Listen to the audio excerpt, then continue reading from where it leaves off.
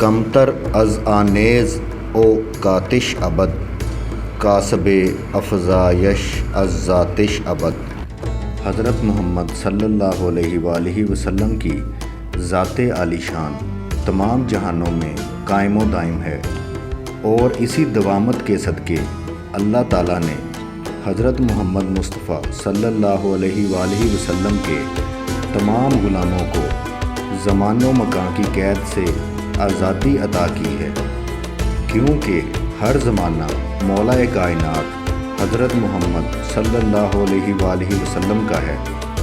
Doctor علامہ اقبال فرماتے ہیں کہ ازل اور ابد دونوں اس جہان کی حقیقتیں ہیں۔ ابد کو اس جہان کے اندر جو ہمیشگی حاصل ہے وہ حضور پرنور صلی اللہ علیہ وآلہ وسلم کے زمانے کے سامنے ایک لمحے سے بھی کم ہے۔ ابد نے حضور صلی اللہ علیہ وآلہ وسلم کی ذات مبارکہ سے ہی ابدیت کا درجہ حاصل کیا ہے، اور حضور صلی اللہ علیہ وآلہ وسلم کی ذات کی برکت سے ہی امر ہے۔